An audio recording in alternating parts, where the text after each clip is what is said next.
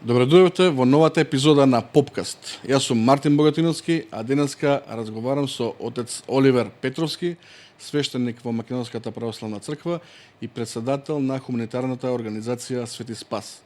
Тоа е организација што секојдневно работи со најранливите категории и влегува таму каде што институциите често забораваат да влезат. Ке зборуваме за тоа како функционира хуманитарната работа на терен, со какви случаи се соочуваат, како се собираат средства, каде се трошат и што реално значи да му помогнеш на човек кога му е потребна помош. Потоа ќе навлеземе и во неколку актуелни теми, ќе зборуваме за постот, за дигиталната духовност, за интересот на младите за јога, астрологија и разни енергии, но ќе има и прашања за корупција, неправда и за улогата на свештеникот во едно такво општество. Бидете така.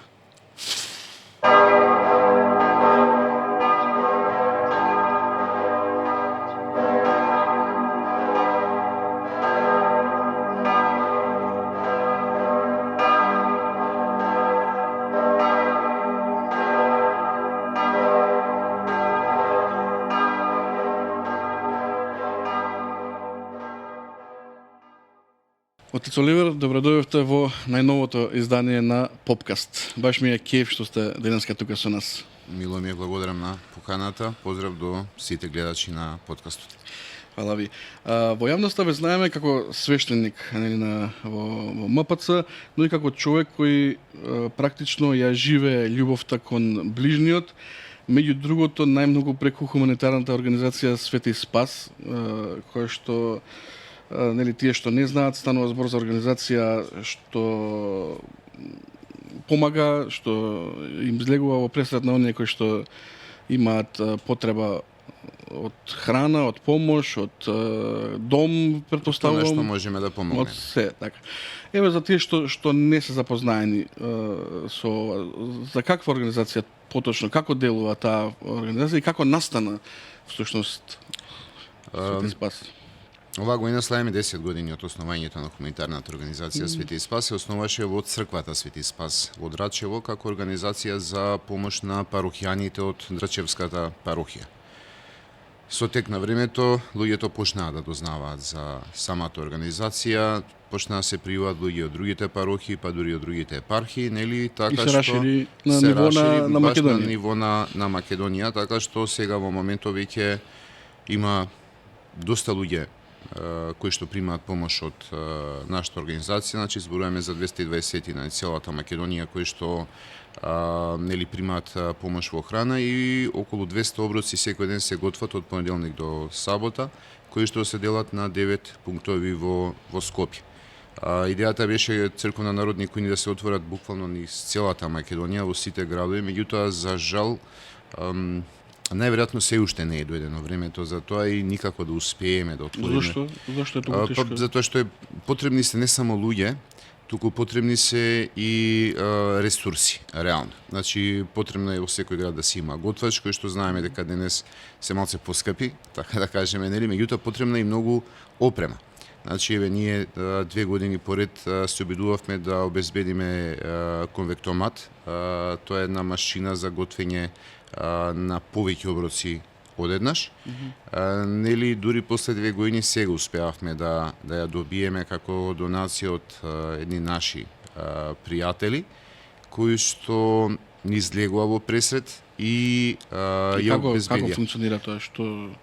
Таа машина, како... Значи, тоа е буквално машина за готвење, за печење, за пржење, за све. Меѓутоа, тоа е за комерцијална употреба, тоа е за готвење на многу повеќе оброци. Со самото тоа што ние ја добивме, се не знам дали смеам да го спомнам и донаторот, значи, од Adora Engineering, автоматски се зголеми бројот на корисници. Пред да добиеме машината, да кажеме, имавме некаде околу 170 оброци дневно, денес веќе после неколку месеци правиме 200 оброци и верувам дека тој број се уште ќе се зголемо заради тоа што ние сега го имаме капацитетот за повеќе оброци. Значи ние додека не го добивме конвектоматот, за жал не можевме да отвориме повеќе пунктови, не за тоа што не сакавме. Пред машината да ја добиете, како изгледаше тоа практично? Собрани луѓе во една просторија и готват, сите си знаат својата задача, еден сецка, еден Да, значи буквално така. Имаме еден готвач, нели, меѓутоа имаме волонтери кои што ја подготвуваат храната. Да кажем, ако утре се подготвува компир, значи претходниот ден тој компир се мие, се лупи, се подготвува, нели, за утре дента да може да се подготви, затоа што ние секојаш готвиме од денес за денес, значи нема готвење од денес за утре, нели, затоа што сепак се работи со готвена храна. Благодарност до сите волонтери во кујната кои што буквално се срцето, ќе кажам, на кујната и на нашиот готвач Благојче, кој што на вистина ни дојде како кец на десетка, што викаат, нели, заради тоа што без него не знам дали ќе успеевме да продолжиме да функционира самата кујна. Добро, имате ли помош институционална, од државата или од некоја институција да ви излезе, не мора и да е редовно да го Зборам за луѓе, за тоа ви е веројатно најголемиот проблем. Ако зборуваме како поединци кои што се вклучени во политичкиот живот на Македонија, кои што од време на време донираат, има такви, да, меѓутоа институција како институција досега малце. Не мислам дали државата е препознала оваа организација како нешто што може да се прерасне во... Се уште не, за жал. Ќе кажам, се уште не.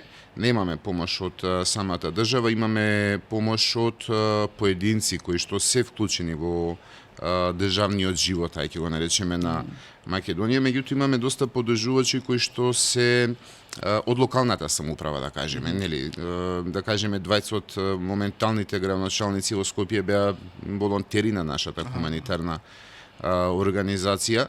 Многу од нив доаѓаат во самата црковна народна кујна за да помагаат како волонтери.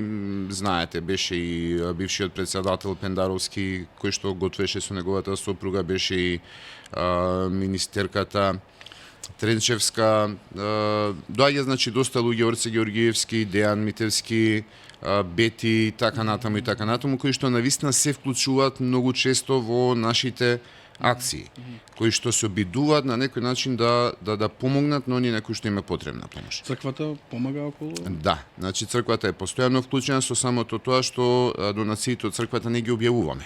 Па луѓето мислат дека не е вклучена. Да не десната, нели? Да, значи црквата помага постојано со постојани донации, меѓутоа, нели, нормално тие донации не се објавуваат. Добро, ете, рековте околу 200 оброци дневно. Тоа е голема бројка сепак. Зар има 200 луѓе, тоа на ниво на Македонија? Не, на ниво на Скопје се 200 луѓе. Да, има дури има и повеќе. Реално. Затоа, нели, споменав дека сега моментално имаме 9 пункта, меѓутоа се планираат отварање на нови пунктови на Скопје. Неколку ете. Пунктовите ни се претежно во црквите на Скопската православна епархија, значи почнуваме со Свети апостоли Петар и Павле во Горно Лисиче, каде што всушност се наоѓа и самата црковна народна кујна, Света Троица во Долно Лисиче, Свети Ѓорги Петровец, Свети Спас Драчево, Свети Великомачени Ѓорги во Кисела Вода, Свети Николај Чудотворец во Аеродром, Свети Архангел Михаил во Автокоманда, Свети Јован Крстител во Бутел и Свети апостоли Петар и Павле во Ѓорче Петров. Се уште работиме на тоа, на отварање на нови пунктови, затоа што, пак ќе кажам, фала му на Бога, луѓето ја препозна идејата на црковна народната кујна Свети Спас и се вклучуваат масовно. Со Божја помош, еве, повторно ќе споменеме, преку Адор инженери го добивме конвектоматот, имаме можност за готвење на повеќе оброци и токму затоа планираме отварање на нови пунктови. Зошто се новите пунктови? За луѓето да не мора да патуваат, нели, за да го земат дневниот оброк. Туку, нели, да им биде најблизу што може, за да може да отидат, нели, да нема дополнителни трошоци за превоз, нели, и да може да си го земат оброкот и да си го несат дома нормално. Секој човек од тиете луѓе се внесени во список, секој се знае дека му следува нешто или може било кој рандом да дојде да... Да. Значи, затоа што сепак се работи за специфичен продукт, тој за готвена храна, ние мораме да го знаеме точниот број на оброци кои што ние денес треба да ги подготвиме, нели, за да не остане па да се фрла. Нашето мото е дека храната не се фрла во ниту еден случај. Така што да, се работи со списоци, со луѓе кои што се пријавиле дека им е потребна помош и кои што ние ги познаваме. И кои ќе докажат дека се социјално Загрозени. Да. Така, треба да поднесат. Негде прочитав дека треба да поднесат. Значи имаме ние наши испечатени барања кои што се пополнуваат и нормално нели како доказ за својата ситуација треба да поднесат дали чек од пензија ако се пензионеристи да се увиди на лице место дека нели сепак се работи за лица кои што не можат да го преживеат така се каже месецот или пак нели уверение од за остварени приходи од управата за јавни приходи да знаеме дека сепак нели се луѓе кои што навистина им треба помош. За жал имавме значи доста луѓе кои што ја злоупотребуваа оваа помош, без разлика дали се работи за црквена народната куња или пак за пакетите со храна. И токму заради тоа, за да на некој начин се заштитиме и донацијата да отиде на вистинското место, почнавме да работиме со документи. Добро, освен со храна, вие исто помагате и со на други начини, односно за некој што им изгорел домот, им се поплавил домот, нели читав дека собирате донации за поправки на домови, особено наму каде што се деца во прашање, нели има ли приоритет кога ете има повеќе случаи во исто време, како го одредувате оној кому што прв ќе му помогнете? За сеќа сме немале таков случај, до сега доденаш притреба нели на повеќе луѓе помаш. Да, нашата хуманитарна организација уште од почетокот се обидуваше да помогне буквално во сите полиња од секојдневието. Така што еве за 10 години успеавме да изградиме 3 куќи од темел, нели куќата во Кучкарово која што изгоре, куќата во Нов Истевник, нели Делчевско каде што исто така изгоре во пожарите. Како и доградбата од 40 квадрати за самохраната мајка, нели овде од Скопско, самохрана мајка со 4 дечиња од Бунарџик. Не знам, преку 30 проекти имаме за реновирање на домови, каде што е променета целата инсталација и водоводна и електрична, нели, и е донесена да може да живеат онака како што треба, нели, да живеат. Во денешно време малце потешко е реално да се помогне во тој поглед, не толку заради материјалот колку што е за работната рака. Да кажеме, порано имавме многу мајстори кои што веднаш се пријавува со цел нели да се изгради, кои што знаеме дека колку чини материјалот, толку чини работната рака денес, нели, кои што навистина многу ни помага. Но сега се за жал, да, 90% веќе се во странство, немаме доволно волонтери во таа бранша, така да кажеме, за да можеме да ги продолжиме тие проекти. А таму има ли, сте се соочили од таков тип на злоупотреба? Ете, рековте дека со храната сте имале таков тип на злоупотреба. Имало ли некој поголем проект да сте се зафатиле, да сте биле ете на некој начин да кажем прелажани од Па видете, или барем обид да има, не мора да идеме до крајност. Ние секој се обидуваме да бидеме сигурни дека на тоа семејство му е вистински потребна помош за да можеме да помогнеме. Не би рекол дека некој не прелажал во тој поглед, заради тоа што ни одиме на лице место фактички на излет, тоа што сепак треба да се реновира и гледаме во каква состојба е самата куќа. Така што тука и би да сакат не би можело да се направи никаква злоупотреба, заради тоа што сепак нели нашите мајстори треба да влезат, треба да го средат целиот дом. И они веднаш ни кажуваат во каква состојба и дали навистина е потребна помош. Има повеќе да кажеме еве за покуќнина. Ќе ни се пријави едно семејство, ни бара да кажеме гарнитура или ни бара телевизор или без разлика, нели за после 2 недели повторно ни се јави, повторно ни го бара истото, нели? Што веќе е сомнително. Па не дека така кажано, нели да сомнително. Има, секојаш имало и ќе има, ќе кажам. За жал, меѓутоа ние се обидуваме да ги одбереме вистинските семејства на кои што вистински име потребна помош со цел да им помогнеме.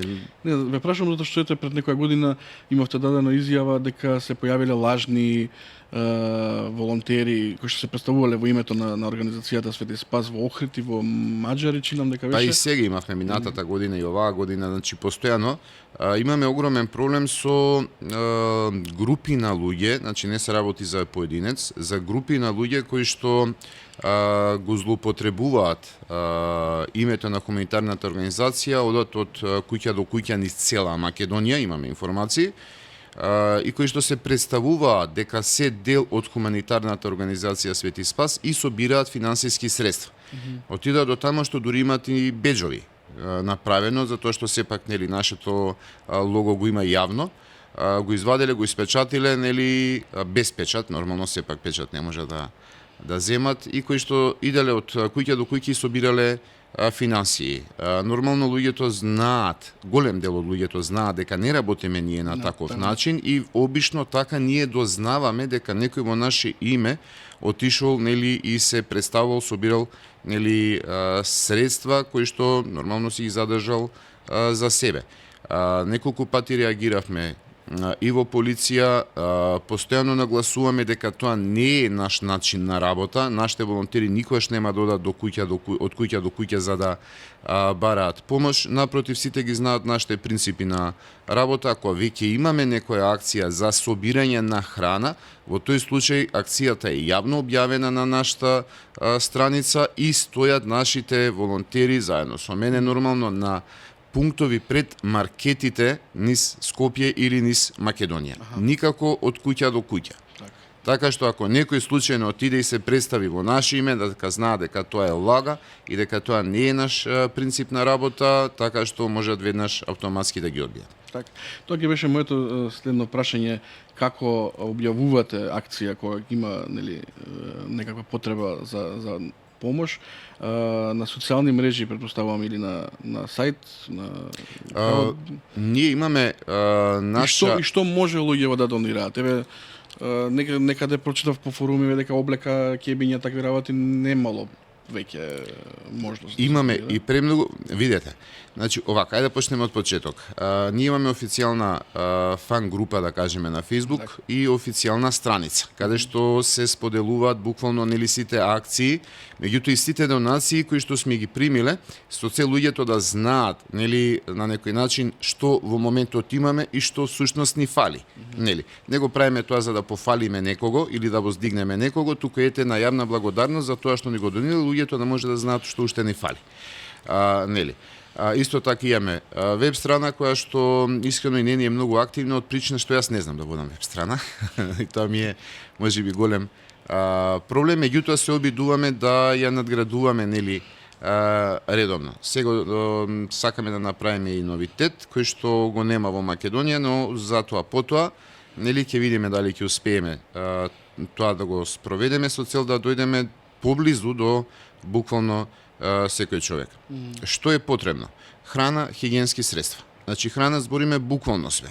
Од зеленчук, овошје, нели тоа е веќе за црковно, конзервирана храна, граф ориз, леќа, палента, пире, значи буквално све. Зошто? Тоа што покрај црковно народната кујна функционираме и со делење на 220 пакети кои што нели да до семејствата за тие да можат самите да се изготват. Тоа се семејства претежно надвор од Скопје, тоест низ Македонија, нели, или пак семејства од Скопје каде што немаме се уште отворено пунктови. Може да се донира во сите цркви кои што предмалце ги споменав, но и во останатите цркви низ Скопје слободно може да ги оста за тоа што секако колегите не силува дека има донесена донација за нас и дека и тогаш нашто возило оди и ја подига донацијата. Со облека престанавме да работиме прво заради тоа што имаме премногу облека. Реално знаеме што се случи на плоштадот, нели, во која беше земјотресот во Турција. Премногу облека и нависна повеќе немаме простор каде да тоа го складираме. Зошто? Заради тоа што реално ние немаме наш објект, туку имаме само еден објект кој што ние под наем. Фала му на Бога се работи за наш поддржувач кој што ни зима минимално, нели? И кујната која што ни е дадена од црковниот одбор во Свети апостоли Петри и Павле Горнолисичи. Се надевам дека ќе изградиме свој објект тогаш веќе нели ќе биде малце поинаку и тоа ќе имаме доволно простор за све. Исто така за жал престанавме да работиме и со покуќнина и бела техника, освен тогаш кога некој од семејствата ќе ни се јави и ќе побара. Во тој случај најчесто ако веќе го немаме тоа во залиха, така да се каже, објавуваме на нашата Facebook страница, луѓето се пријавуваат, нашто возило оди ги подига и ги носи директно на семејството. Мислам дека Тука селекција се прави некаква од ваша страна, за потребен е фрижидер за длабоко, се пријавуваат семејства кои што не можат поинаку како да се ослободат од фрижидерот, им пречи старе. Има ли некаков си критериум? Да. Значи, јас секоја се смеам, не го даваме она што јас не би го користил самиот. Кратко и јасно. Така. Значи, неколку пати имаме отидеме да подигнеме по куќни и да не ја земеме.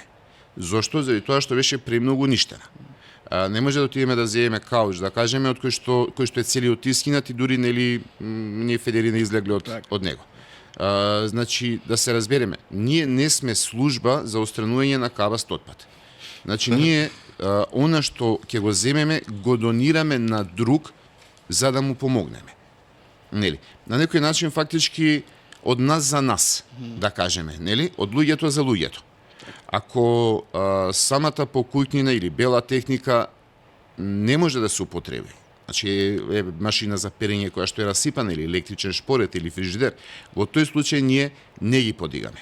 Сега се случило неколку пати, бидејќи сепак да кажеме за покуќнината, можеш да видиш во каква состојба, но да кажеме белата техника не можеме да видиме дали е исправна или не, да мораме да ја исфрлиме или пак нели ако не се работи за поголем квар да платиме мајстор за да се поправи, нели за потоа да можеме да ја донираме. За среќа се помалци има такви случаи, напротив луѓето навистина внимаваат за она што го донираат. Еве сега додека идев навака ми се јавија луѓе кои што сакаат да донираат покуќнина и за која што велат дека е исправна. Јас знам дека е исправна, заради тоа што веќе луѓето самите знаат дека ако видиме дека покуќнината не е во исправна состојба, дека секако дека нема да ја подигнеме.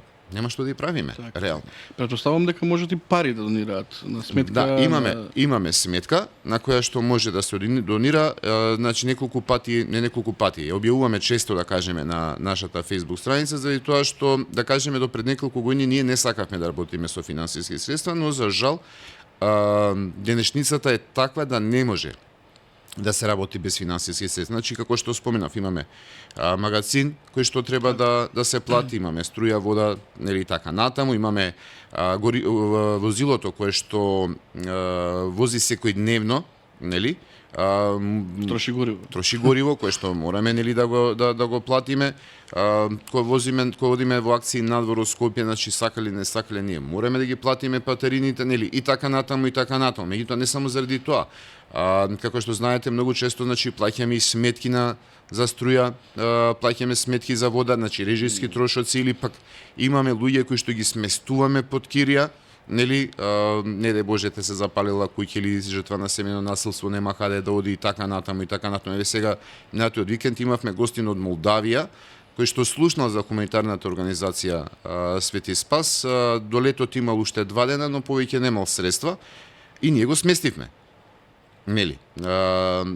Така што без финансиски средства од денешно време реално не може да функционира организација од ваков тип. Посебно заради тоа што нели до пред неколку години сепак имавме многу помалку семејства, денес имаме многу повеќе семејства, многу повеќе обврски за кои што се потребни средства. Да кажеме, немаме доволно граф или немаме доволно орис, веднаш автоматски се набавува нели со тие средства. Исто така да кажеме, ви готвачот мора сакале или не сакале, ние мораме да го платиме. Да, значи во хуманитарната организација има само еден вработен, тоа е готвачот кој што иначе година па и повеќе работеше без пари, но повеќе не можеше, така нели, затоа што сепак и тој има семејство, па моравме да најдеме решение. Низ годините македонскиот народ се покажал како многу пати хуман и сите нели зборуваат за тоа дека македонците се знаат да излезат во пресрет кога некому му е потребна помош. Еве вие од прва рака какви се македонците во однос на тоа? Сакаат да помогнат, донираат, диаспората се вклучували во ова? Значи, јас многу пати досега имам изјавено и имам напишано дека не постои похуман народ од македонскиот народ.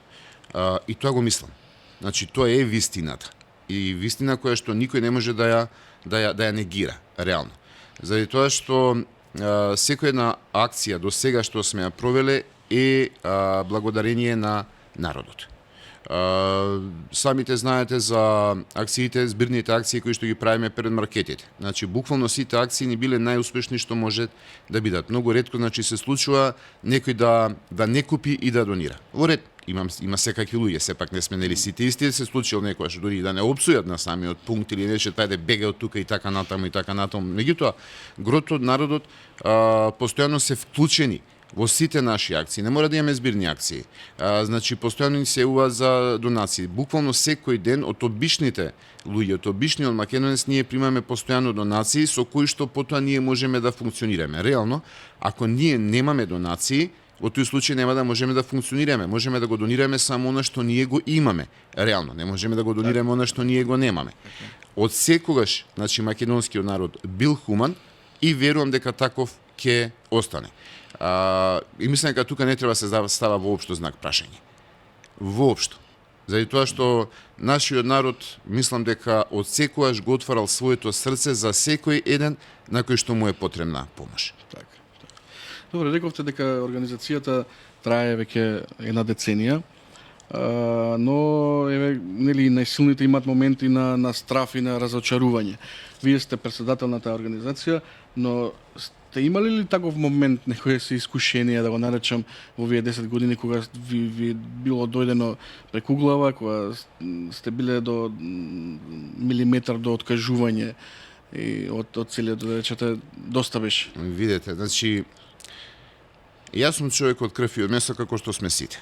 Нели? Значи, нормално дека јас имам чувства точно. Многу пати сум се разочарувал, нели, почнувајќи од самиот почеток, па дури за жал и ден денес. Меѓутоа, тоа не значи дека треба веднаш да се откажеме. Напротив, тоа значи дека треба уште повеќе да се трудиме, нели, за да можеме да се победиме и самите себе си, но и искушението кое што ни е дадено. Нели? Факт е дека ако нема искушение, нешто не е во ред. Се разбереме. Нели, тоаш нешто не работиш онака како што треба. Така што искушение имало, има и ќе има, 100% сум сигурен, за откажување. Реално, јас веќе не сум во моите млади, најубави години, така да кажеме, нели? Реално сум човек кој што си се носи со своји проблеми, со своји болки, со своји болести. Нели, така што ете, за жал, јас веќе си го барам својот заменик, така да се каже. Ке нас е работата физичка, нели? Треба стигне донација, ја преземаме таа донација, треба да се внесе, треба да се изброи, треба да се сортира, треба да се... Јас имам мали здравствени проблеми, не смеам да дигам многу тешко и токму тука се вклучуваат волонтерите, нели, кои што благодарение на нив, ќе кажам, функционира самата организација, кои што постојано се тука со мене и кои што го носат најголемото бреме, ќе кажам. Зошто? Заради тоа што кој ќе ни стигне поголема донација, како што имаме еве сега акција со Дија Маркет и Македонија, ќе ми бидат преку потребни. Затоа што целата таа донација се работи сепак за големи донации од по неколку тони храна, нели, кои што самиот не би можел да ги средам во ниту еден случај. Значи, токму затоа тука се вклучуваат веднаш, нели, и Мартин, и Владимир, и Павле, и Јаце, и така натаму, кои што сето тоа ќе го средат и ќе го сортираат онака како што е потребно, што секоја една донација мора да се и заведе, и преброи да се заведе, нели, така. Да, логистика цела. Е, така. Така што Имало ли момент кога сте сакале да помогнете некому, ете не сте успеале, токму тоа да ве разочара? Имало. Не можам да кажам дека не. Меѓутоа, не за да се откажам. Првенствено, нашата најголема грижа не да обезбедиме храна, туку вработување. Затоа што, нели, има една стара поговорка, вика, не му даве на човекот риба, туку научи го да ја лови рибата. Нели, за да може понатака да продолжи сам да функционира. Така и ние, значи, се обидуваме да и најдеме вработување со цел да може да продолжат со својот живот. Реално, ниту една организација во Македонија не може да гледа едно семејство цел живот, нели? Токму затоа, нели, програмите за помош се на одреден период, не се доживотно, нели? Во тој период Има не се успешни приказни во тој поглед? фалам на Бога, да. Имаме многу успешни приказни кои што се вработили, кои што денес се дел од оние кои што и помагаат на хуманитарната организација без разлика дали во продукти без разлика или пак нели физички. Најчесто тие луѓе кои ќе добијат својата плата, колку да е минимална, ако ништо друго ќе земат едно кесенце донации, ќе донесат и ќе ми кажат отец не сме заборавиле. Тоа е всушност она кое што навистина ни значи. Значи сме успеале на некој начин да го извадиме тоа семејство од дното и да застане на свој нос, да може да продолжи да функционира, да си гледа децата и така натаму. Нели? Тоа е всушност и самата идеја на организацијата. Затоа што реално ние не можеме постојано 25 години да кажеме едно семејство да го снабдуваме со храна. Да, доколку се работи за неработоспособни луѓе. Во моментов, да кажеме, во програмата со пакети, најголемиот дел од семејствата се неработоспособни. Зошто? Заради тоа што, ако бидеме реални, денеска во Македонија има навистина многу побарувачка за работна сила и навистина кој сака да работи ќе најде вработување, а оној кој што не сака ќе најде оправдување. Нели? Ние се обидуваме тоа оправдување да им го трнеме од главата и да му кажеме дека мора да застане на свој нозе и да почне самиот да работи, да си го печели својот леп, како што рекол, нели, самиот Бог. Значи, ние не сме тука за да им помагаме до животно, туку ние сме тука да им помогнеме во тешкиот период кој што ги снашол, а сите имаме такви периоди, нели, и да можат понатака да продолжат да функционираат самостојно. Така што програмата за помош е ограничена. Не е доживотна. Така. Значи, максимум едно семејство може да биде 12 месеци во програмата за помош. Нормално, доколку се работи за работоспособен. Така. За оние кои што се неработоспособни, а имаме многу такви семејства, навистина им е потребна помош, тогаш нели им помагаме додека можеме да им помагаме. Затоа што пак е, нели, желбите и можностите сепак се две различни работи. Нели? Некогаш сакаме да помогнеме, но и ние не можеме. Интересно е тоа што луѓето во самата хуманитарна организација почнаа да гледаат како на единствен избор на помош, така да кажеме. И ако не сме во состојба да им помогнеме, а за жал често не сме во состојба да им помогнеме, тоа што наидуваме на осуди, на плукање, на омаловажување и така натаму и така. Нели сте хуманитарна организација? Да, ние сме хуманитарна организација, меѓутоа ние немаме бесконечни ресурси. За жал нашите ресурси се толку многу ограничени што не секогаш можеме да помогнеме без разлика колку и да сакаме. Така. Но во секој случај добро е што ви има. Добре, рековте дека планирате во иднина да барате свој заменик, но од друга страна како гледате на тоа организацијата Свети Спас ќе може да порасте во нешто големо? Како и се примерите од Европа, од светот со нешто вакви проекти кои што некој ги започнал? Дали може да се... Видете, сите големи организации почна од нула. Како што почнавме ние. Ќе земе Црвениот крст. Почна буквално од нула, од една идеја. Сите големи работи се раѓаат од една идеја. Нели? Така што Црвениот крст веќе има институционална помош. Да, меѓутоа и они почна од нула, почна во Австрија од нула, буквално, нели, само со една идеја и еден човек. Меѓутоа прерасна во меѓународна организација или големите други кои Каритас, значи почна со една идеја, Јоханитес, значи почна со една идеја, нели, па прерасна во нешто многу поголемо. Јас се надевам дека нема да има прво потреба, нели, да прераснуваме, дека сите ќе живееме во една благосостојба, дека сите ќе го имаме она што ни е потребно за да преживееме. Но Се додека има луѓе на кои што има потребна помош, се надевам дека да, ќе прераснеме за да можеме да им помогнеме на многу повеќе луѓе. Нели, затоа што хуманитарната организација Свети Спас многу често знае се вклучи во акции надвор од Македонија. Да кажеме земјотресот во Драж 2019 година. Значи ние веднаш истиот ден се организиравме и однесовме помош. 2 пати мислам дека бевме во Драч, во манастирот Свети Влас во Драч. Во Турција, земјотресот, пред 2 години. Значи, повторно ние веднаш се вклучивме, без воопшто да размислуваме. Фалам на Бога што донатурите исто така веднаш се вклучија, па така, нели, се вклучија ПКБ-ско Рудине, Витаминка и така натаму, кои што ни помогна, нели, да не отидеме само да видиме како се луѓето, туку и да однесеме конкретна помош. Се вклучија многу луѓе од диаспората кои што обезбедија многу ќебиња кои што ние тогаш ги однесовме. Така што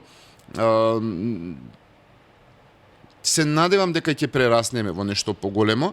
Меѓутоа, за да прераснеме, секако ќе ни биде потребна помош од сите луѓе, не само во Македонија, туку и надвор од неа. Затоа што во Македонија, за жал, е потребна дефинитивно голема помош. Отец Оливер, ја би сакал да поразговараме и за други актуелни црковни теми, зашто верувам дека и гледачите имаат доста неодговорени прашања, како на пример сега се ближи Божикниот пост. Би започнал со тоа.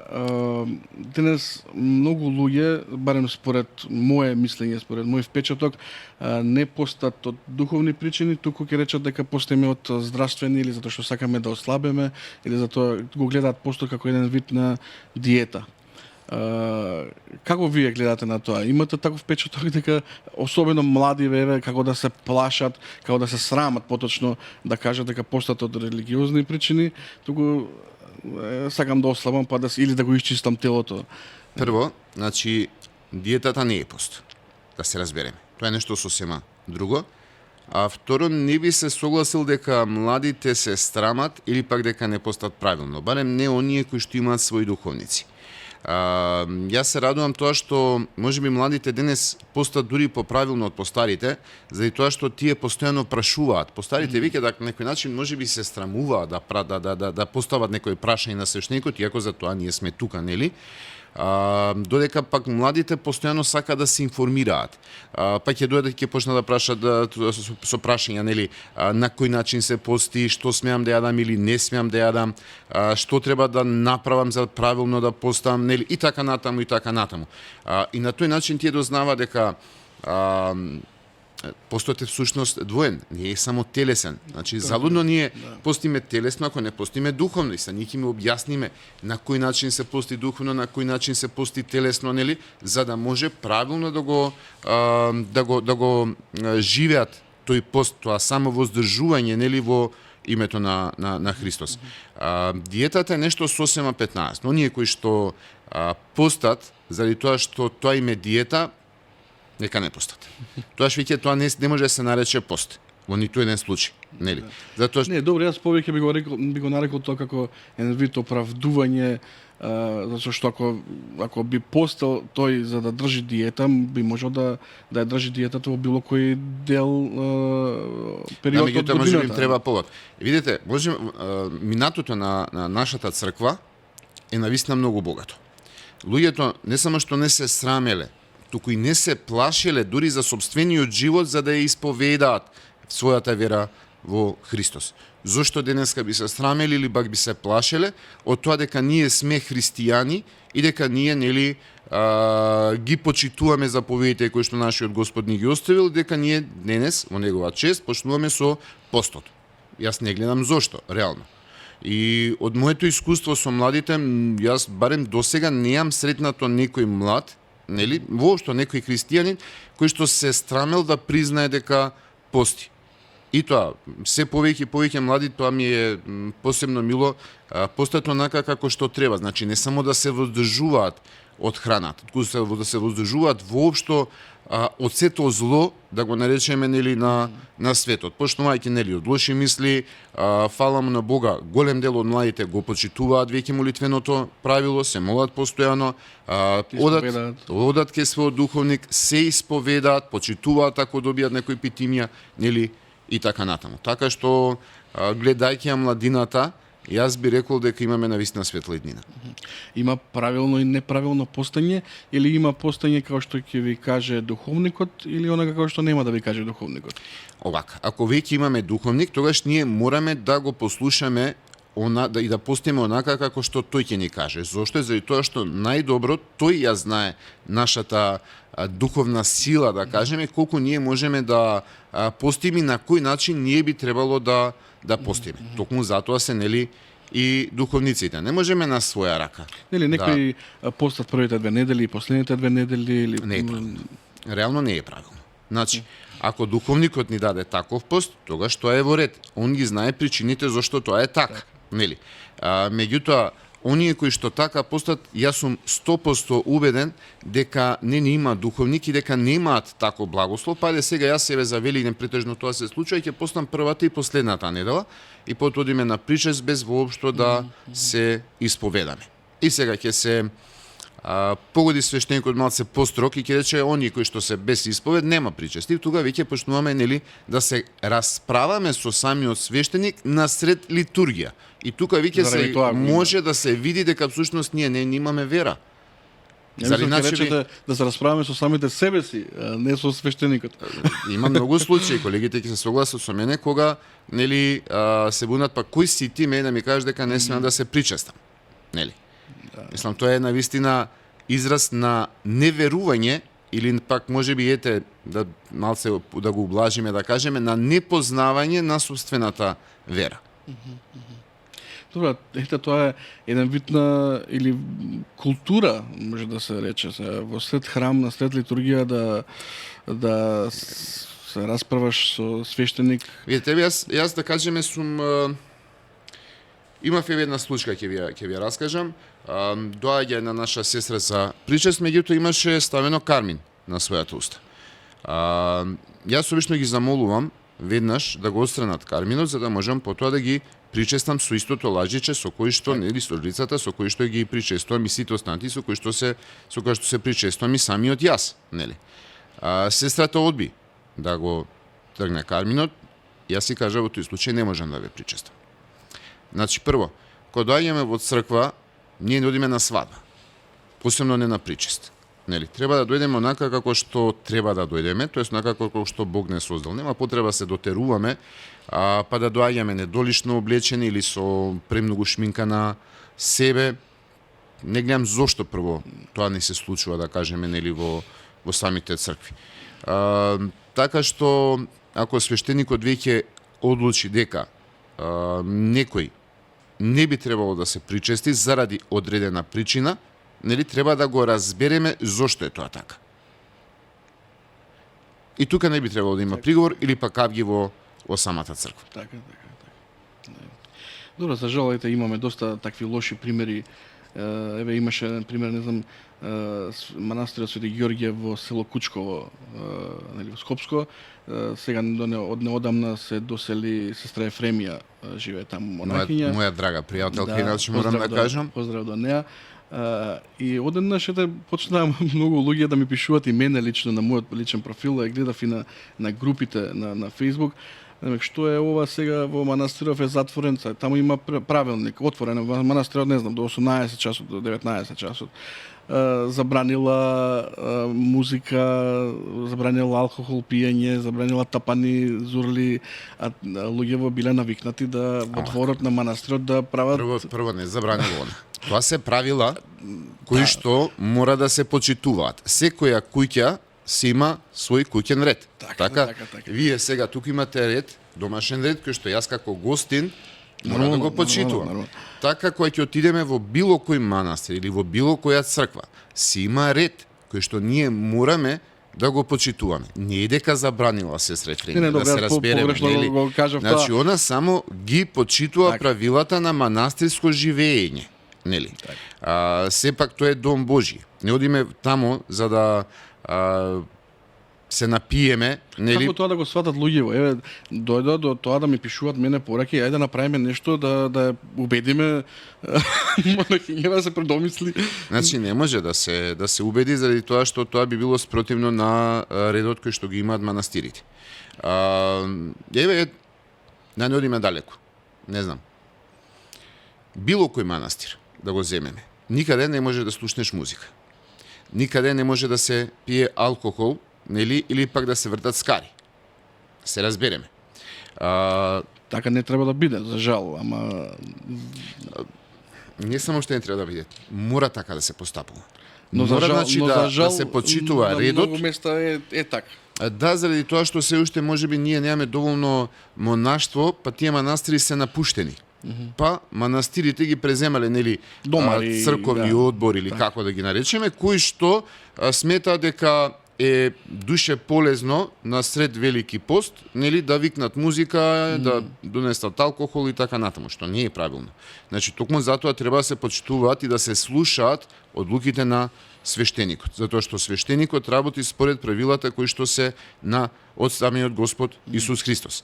Значи, ако веќе е строг пост, не може вие во манастир да отидете и правите скара, ама 1 мај било. Што ако? Па без разлика Во ред, дали е строг јас пост. не ти забранувам тебе да не постиш, нели? Тоа е твоја лична одлука. Меѓутоа, мораш да го почитуваш куќниот ред на самиот манастир. Значи, ние сме имале големи проблеми еве во Драчево на манастирот Свето Преполовение Пеленица. Каде што за 1 мај, ако е строг пост, одиме ги се предупредуваме, се молиме да се симнуваат од масте за тоа што се напиле, пуштеле музика до даска и вртат скари во сред строг пост. Да. Страшно, мислам. Јас се извинувам, маце сум настинат. Што мислите за брзиот развој на технологијата, ете маце натаму да појдеме? Веќе постои и дигитализација на духовноста, ќе речем. Се пренесуваат и дури и литургии во живо на YouTube. Ете, јас пред некое време присуствував онлайн на венчавка кај моја блиска пријателка која што се венчаваше во странство, поради неможност да присуствувам таму. Поставија камера во живо, јас следев венчавката. Бев таму, ама како да не бев таму. Што мислите вие за тој напредок, да го речем? Искрено, јас дури не можам и да го следам веќе. Премногу брзо е тоа за мене. Меѓутоа, ако се користи правилно, тогаш е душе полезно. Да кажеме, еве за време на короната посебно, на мене лично, еве, да кажеме, ми се најде заради тоа што тогаш нели беше забрането дојдење во црквите, собирање групации на луѓе, и нас ни се покажа како многу полезно заради тоа што сите тие литургии, сите тие молитви, акатисти и така натаму ги емитувавме во живо, за луѓето да присуствуваат, нели, духовно на самата богослужба. Лошо е тогаш што кога некој ќе почне да ја злоупотребува. За жал има многу злоупотреби, па се користат за разни глупости, за пренесување на разни невистини, нели, и така натаму, и така натаму. Извинете. Не. Се она што ни е дадено од Бога е за спасение на нашите души да го користиме правилно. Ниту една технологија која што е измислена не била измислена за злото на луѓето, ако е од Бога. Да кажеме, и делењето на атомското јадро е измислено всушност за добро и повеќе мислам дека беше за медицински цели, но ние луѓето тоа го злоупотребивме и направивме атомска бомба. Така што технологијата е во ред, нели, меѓутоа да се користи онака како што треба да се користи. Преска зборевме за младите, ете, ги спомнавме многу пати. Што ќе кажете вие за астрологијата, за тие тарот карти, јога, многу млади се денес навлезени во тоа.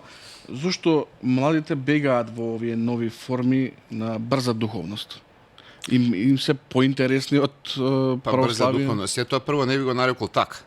Тоа е веќе бегање од духовноста, буквално. Тоа е суеверие Или едното пак- со другото може да оди, Не може да оди во ниту еден случај, ти пак можело да оди. Сега ако, не може, ако го сваќаат како забава, ете речеме, ама тарот ако е карти. забава, нели?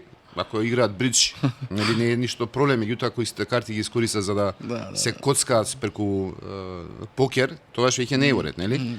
Така и ако се гледа како забава, па тарот картите не знам како би се забавувале со нив, нели или пак со астрологијата.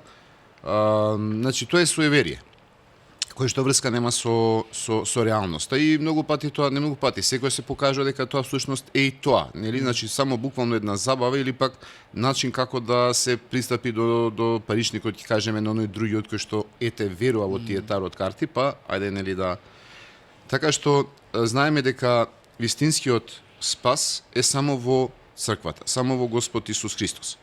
И буквално ниту едно суеверие не може да не приближи, може само да не оддалечи и од црквата и од нашиот Господ Исус Христос. Значи не може, како што вели самиот Господ, да бидеме слуги на двајца господари. Ние самите треба да одбереме на кого ќе му служиме. Дали ќе му служиме на Бог или пак на оној другиот. Ете, јога, медитација и православие. Очигледно рековте и вие не одат во иста реченица, ама се повеќе практикуваат луѓе јога не од религиски, туку е велат од здравствени причини. Реално не сум ни запознат ја со јогата, да бидам искрен. Ако е тоа само вежбање, како што нели доста луѓе вежбаат и многу други техники, значи тоаш ја не гледам зашто би било проблем. Без Но ако се навлегување во филозофијата, нели? Ако се навлегува во филозофијата, тука веќе имаме проблем. Нели? Затоа што денешниот човек, и мило ми е што е тоа така, сака да биде здрав телесно, нели? Па ете, одат во разни клубови, нели, бодибилдинг, фитнес и така натаму и така натаму. Меѓутоа јас би апелирал да посакаат и да почнат да работат и на својата духовна страна, тоест на душата, што човекот е создаден од тело и од душа, материјално и духовно, нели? Значи за телото се грижиме и тоа е сосема во ред, но како што се грижиме за телото, мораме многу повеќе да се грижиме и за самата душа. Зошто? Заради тоа што телото е минливо, а душата е вечна. Телото го враќаме на земјата, но душата се враќа при Бога. И мораме да научиме дека мораме телото да го подчиниме на душата, а не душата на телото. Така што како што се грижиме за телото, би апелирал, би замолил сите да се грижат многу повеќе и за својата душа, почитувајќи ги заповедите кои што Бог не ги дал. Реално, самиот Бог кажал, значи, две најголеми заповеди. Сакај го својот Бог и сакај го својот ближен како себе си. Во тие две заповеди се сушност сите останати. Ништо полесно тоа, нели? А што е со хороскопот? Многу луѓе Уште поголема глупост ќе кажам, се може и малце грубо ќе звучи, нели?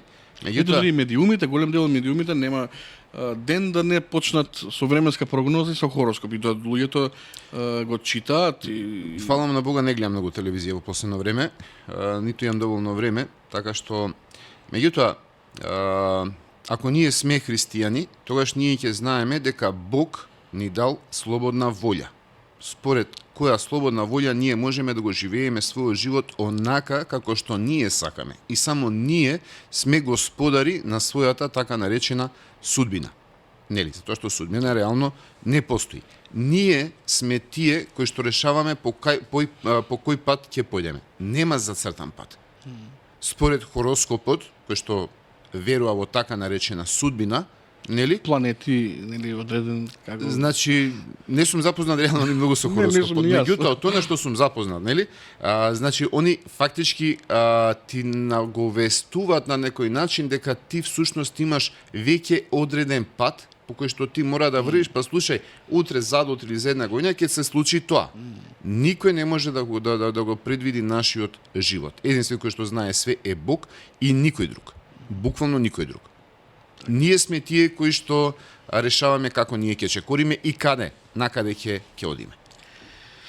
Ако го погледнеме подобро општеството во кое што живееме, ќе видиме многу корупција и неправда на секое поле и луѓето се чувствуваат беспомошни и, ќе речам, изморени од неправди. Како православниот верник според вас треба да реагира кога ќе види неправда? Ете, доаѓа верник, бара од вас како свештеник совет како да постапи во ситуација кога му се нанесува неправда.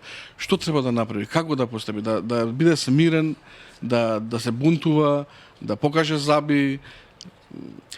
Одејќи според заповедите на нашиот Господ Исус Христос, ние би требало и би морало да останеме смирени. Самиот Бог ни кажал, нели, ако те удрат по левиот, сврти го и десниот образ. Неправди од секојаш имало, има и ќе има. За жал, наше е како ние ќе реагираме на тие неправди. Дали ќе се обидеме да ги исправиме на некој начин, или пак, нели, ќе се обидеме да ја преземеме правдата во своји раци и да направиме нешто што не смееме да го направиме. Значи, христијанството е религија на љубовта. Буквално на сите и на све би требало да одговориме со љубов. Ние знаеме што им се случувало на милионите маченици кои што неправедно биле обвинети и погубени. Ние знаеме што му се случи на нашиот Господ Исус Христос, кој што бил неправедно обвинет, нели, и телесно убиен.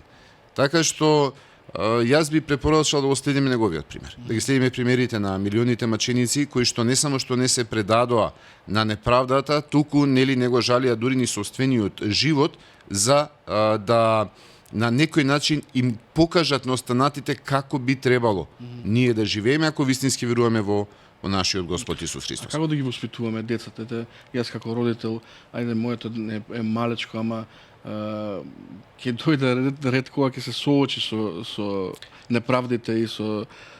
Детето се учи уште од малечко.